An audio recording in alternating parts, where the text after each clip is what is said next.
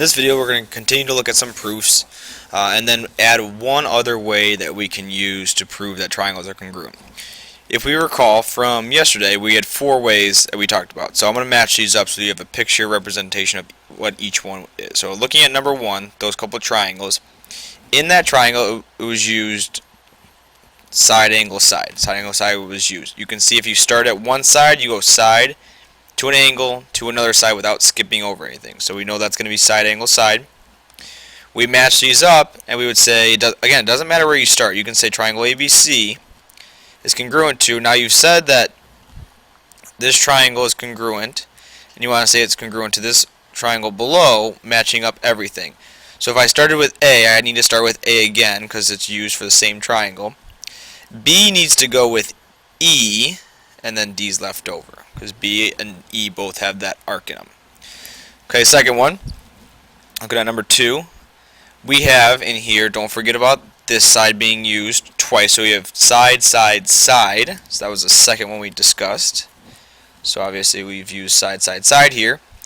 Okay, so we would say triangle, let's go, I'll say ABD is congruent to triangle.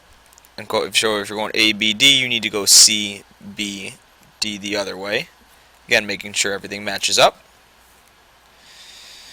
Might be a good time to try and pause it. See if you can come up with 3 and 4 from yesterday looking at your notes. Number 3, again, we have this side that we can use. Okay, so it's sides for both triangles.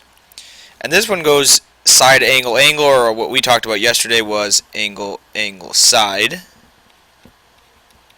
Okay, and again, start wherever you want with one triangle, so dealing with this left triangle. So I'll call that ABC. Triangle ABC is congruent. Now I'd have to go D, and then if I went A first and match it up with D, B needs to match up with C because they both have 2 arcs. Double check that, and then B would be the last one that matches up. Again, make sure they all have the same angle part. And the last one we discussed, if we look at this, was, okay, let's see what we have. We know that side's used for both triangles. We have angles that are congruent because we have the 2 right angles, so it goes angle, side, angle, whichever way you go, which was our last one. And in this case, we would say, oops, maybe we need to mark these. That would help. Let's call this A, B, C, and D. So we'll go ahead and say that triangle ABD is congruent to triangle, let's make that then CBD by angle, side, angle. So those are the 4 you had yesterday. I'm going to look at a couple more of these examples, making sure we have these down pat. Indicate the additional pairs of corresponding parts that would have to be proved congruent in order to use the given postulate or theorem to prove that those 2 triangles are congruent. So basically, we're going to get 2 letters. We need to come up with what the 3rd letter would be. So number 4, angle T is congruent to angle N, and TI, rubber band man, is congruent to NL by angle, side, angle. So we want to use this. Okay, so you have to start at your angle, which is angle T and N in both, and you have to go angle to the side that you showed was congruent to the other angle, and those need to be congruent. So what you need to say is angle I would have to be congruent to angle L to use this theorem. Erase, because we're going to do something different for number 5. I'm going to have you guys do number 6 for tomorrow. Number 5, R is congruent to G. So mark that. RI is congruent to GL, and we want to use angle, angle side. So we need it to end on a side, so we need it to end on RI and GL. So before that was angles, so R and G. Now going back before that would be these 2 angles. So now if you started at T, it would go angle to angle R, which is another angle, to side. So angle, angle, side is what it matches up as. So you need angle T to be congruent to angle N.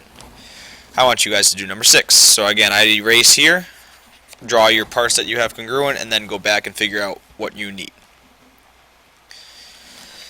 For each figure, mark all congruent parts, then complete the proof statement that can be used to prove the triangle is congruent. Okay, so this is kind of like a little baby proof without many explanations in between. So we're just going to come up with that last letter that we need. CD is congruent to BC. DA, mark it differently, is congruent to AB. We need to prove these two triangles are congruent. So we have, again, this triangle here. We have this triangle down here. Prove how they're congruent, okay? So we need to come up with one more thing. We talked about yesterday, you can always use that side as both for both triangles because they have to be the same. If it's the same line, when it's connected, it's going to be the same line as you pull it apart. So we would say that DAC is congruent to BAC, following kind of back that other order.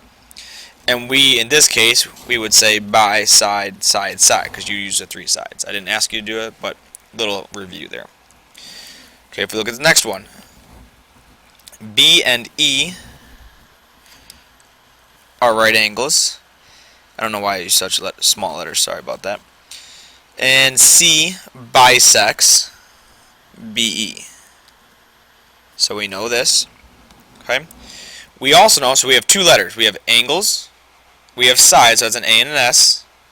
We also know this, okay, because we know about vertical angles. So we would say BAC is congruent to EDC by angle, side, angle. Start at either angle, you go to a side, you go to the other angle. Let's look at one proof that we saw, enough information from yesterday that we can complete this one. Given WZ is congruent to YZ, VZ is congruent to ZX, make sure again you're using different ones. We want to prove, okay, be careful on this one. We want to prove that VZW, so VZW, is congruent to XYZ, and we need to figure out how we're going to do that. Okay? Again, start with a given. I'm going to teach you a little shortcut here. You can use this sometimes. You can go ahead and say WZ is congruent to YZ given. And if you wanted to, you could write number 2 and then say VZ is congruent to ZX and do that all over again. Or you could also put them in the same given if you want. It doesn't matter. I'm going to go ahead and break them up just to stay on what we've been doing before. So using my first given, I've already come up with sides that are congruent. So that's a side that's done. Okay, you already know two things are congruent. Use your next given. VZ is congruent to ZX, not K. ZX, it's another given. This is going to be a pretty easy proof, hopefully. Done with your givens. You've used both. You're done. Can't do anything else. Now, based on that diagram, can you come up with one other letter, either an angle or a side? Well, if we look at W and V and X and Y, yeah, they look like they're the same, but we don't know that. So we can't say that those are the same, so it's not going to be side, side, side. So start looking at your angles. This one should jump out at you right away. We know those two angles are congruent, so we would say that angle VZW is congruent to angle, and then we'd say XZY, because vertical angles are congruent. And you can abbreviate like that, but you still have to tell me exactly what's happening. So don't just say vertical angles, tell me that vertical angles are congruent. That's your A. You have your 4 letters. Go ahead and finish your statement. Triangle VZW is congruent to triangle XYZ. That's always your last statement, is your prove. By, okay, so we used, starting at either side, we used side, angle, side. And that would be given, let's see, using step 1, then step 3, then step 2, because it has to go again, side, angle, side. You could also have done 2, 3, 1 instead. That also works. Alright, so we talked about the 4 ways to prove triangles are congruent. We're going to add one more way. This is a more specific way. You have more rules for this one. Hypotenuse leg. If the hypotenuse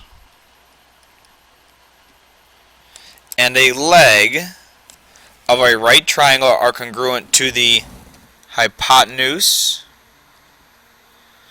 and leg of another right triangle, then the triangles are congruent, which is why it's called hypotenuse leg. So different letters, there's no A's or S's.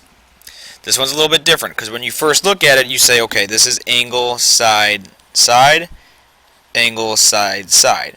However, it's not the Booty theorem because we have right triangles. So they have to be right triangles in order to use this. Again, we have a hypotenuse here, always across from the right angle. We have a leg, so we're going to be using HL. Only can use hypotenuse leg when you have right triangles. So if we look at this proof, actually I want to do, yeah, we're going to go ahead and go over this proof in the beginning of class tomorrow. You can go ahead and try it. You can always feel free to try it. But again, with these proofs, kind of a lot going on. You can try and start it maybe with the givens. You know a lot of this stuff. You should be able to do this at home, but I'd like to go over it in class tomorrow maybe as a group so that we can take a look at this and make sure we have these proofs down. See ya.